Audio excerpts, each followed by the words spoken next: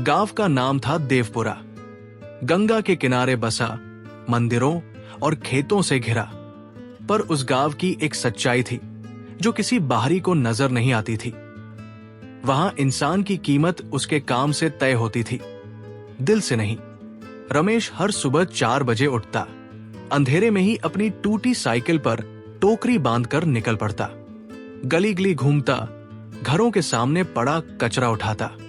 लोग दरवाजे खोलते और बिना देखे कूड़ा फेंक देते, कभी उसके सिर पर, कभी पैरों पर। कोई माफी नहीं मांगता, वो चुपचाप सब उठाता और आगे बढ़ जाता। पंडित जी के घर के सामने जब वो रुकता तो पंडित जी चिल्लाते, दूर रह नीच, तेरी परछाई से भी पाप लगता है। मास्टर साहब के बच्चे उस पर पत्थर फेंकते और हंसते। सरपंच की पत्नी नाक पर पल्लू रख लेती और कहती, छी, कितनी बदबू आती है इससे। रमेश कुछ नहीं कहता, बस अपना काम करता और शाम को अपनी झोपड़ी में लौट आता, जहां उसकी बूढ़ी मां खाट पर पड़ी रहती थी। मां को खांसी की बीमारी थी।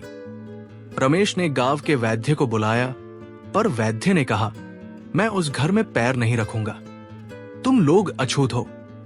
रमेश ने शहर से दवाई लाने की कोशिश की, पर पैसे कहां से आते।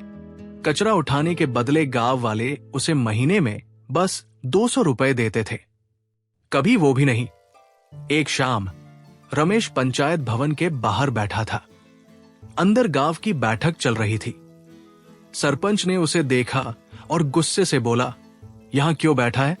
तेरी जगह बाहर है, कुत्तों के साथ। रमेश उठकर चला गया। उस रात उसने अपनी मां से कहा, मां, मैं इंसान हूं ना? मां ने उसके सिर पर हाथ रखा, बेटा, तू सबसे बड़ा इंसान है। लोग समझते नहीं, पर भगवान देख रहे हैं। फिर एक रात आई जो सब कुछ बदल सकती थी। गांव के मंदिर के पास एक दुकान में आग लग गई। आग तेजी से फैलने लगी, लपटे घरों की ओर बढ़ी। लोग चिल्लाने लगे, सामान बचाने लगे, पर आग बेकाबू थी। रमेश अपनी झोपड़ी से भागा आया। उसने देखा कि पंडित जी का घर भी खतरे में था और उसी घर में उनकी बेटी अंदर फंसी थी। लोग डरे खड़े थे, कोई अंदर जाने की हिम्मत नहीं कर रहा था। रमेश बिना सोचे अंदर घुस गया। धुआं, गर्मी, लपटे, सब कुछ झेलता हुआ वो लड़की को ढूंढता रहा। आखिर उसने उसे एक कोने में रोते हुए पाया। उसने लड़की को गोद में उठाया और बाहर निकल आया। उसके हाथ जल गए थे, कपड़े झुलस गए थे। पंडित जी ने अपनी बेटी को गले लगाया, रमेश को देखा और फिर मुंह फेर लिया। उन्होंने धन्यवाद तक नहीं कहा। बाकी लोग कुएं से पानी लाने लगे। रमेश ने भी मदद की। पूरी रात मेहनत करके आग बुझाई गई। सुबह होते होते सब थक चुके थे। सरपंच ने सबको संबोधित किया, आज गांव बच गया, हम सबने मिलकर ये किया। रमेश की तरफ किसी ने नहीं देखा। उस दिन रमेश के अंदर कुछ टूट गया। मां ने उसकी आंखों में दर्द देखा। बोली, बेटा, कभी कभी लोग बदलते नहीं, पर तू अपनी राह मत बदल। पर अगली सुबह जब गांव वाले उठे तो रमेश की झोपड़ी खाली थी। वो गायब हो गया था। किसी ने उसे जाते नहीं देखा। पहले हफ्ते तो किसी ने ध्यान नहीं दिया। फिर कचरा सड़कों पर इकट्ठा होने लगा। बदबू फैलने लगी, मक्खियां बढ़ी, बीमारियां फैली। सरपंच ने घोषणा की, कोई नया आदमी इस काम के लिए रखना पड़ेगा, पर कोई तैयार नहीं हुआ। बाहर से मजदूर बुलाए, पर वे दोगुने पैसे मांगते। महीने बीते, साल बीते। रमेश की याद धुंधली पड़ती गई। गांव वैसे ही चलता रहा, गंदगी में, बीमारी में, अपने अहंकार में।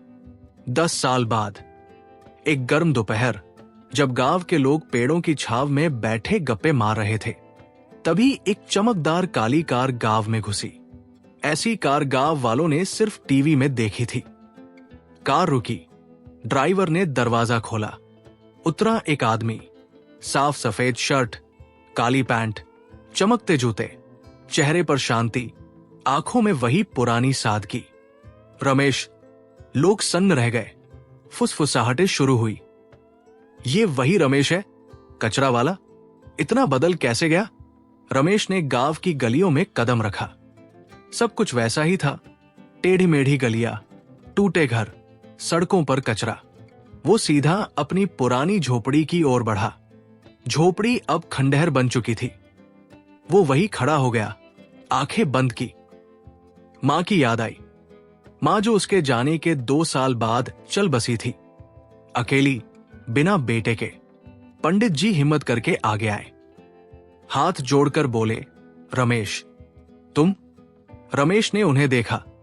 कोई गुस्सा नहीं, कोई शिकायत नहीं, बस एक शांत मुस्कान। जी पंडित जी, मैं ही हूं।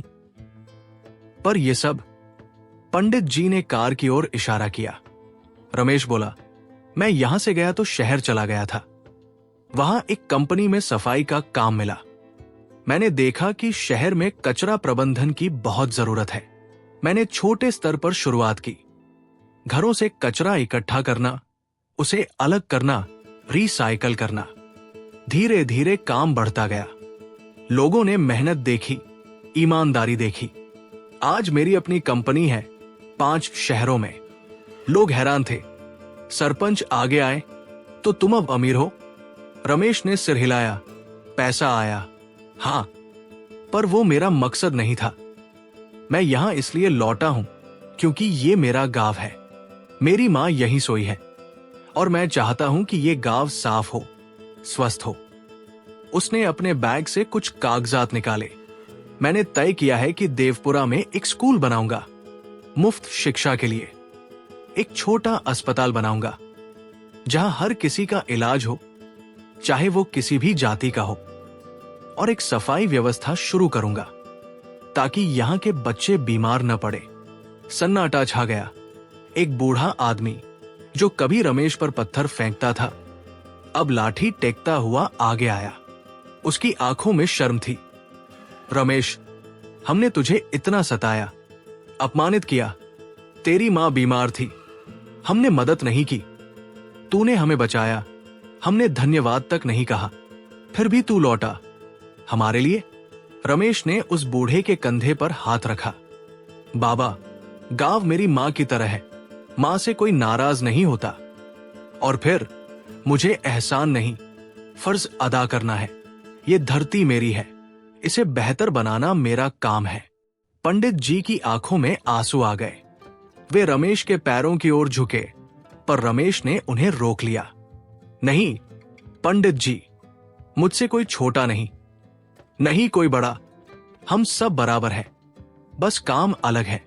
उस दिन से देवपुरा बदलने लगा। रमेश की कंपनी ने गांव में सफाई अभियान शुरू किया। युवाओं को रोजगार मिला। स्कूल बना जहां हर बच्चा पढ़ने लगा। अस्पताल खुला जहां गरीब से गरीब का भी इलाज होने लगा। रमेश अब भी साधारण कपड़े पहनता, गांव की गलियों में घूमता, बच्चों से बातें करता। उसने अपनी मां की झोपड़ी की जगह एक छोटा स्मारक बनवाया जिस पर लिखा था, जो नीचे झुककर काम करे वही आसमान छू सकता है।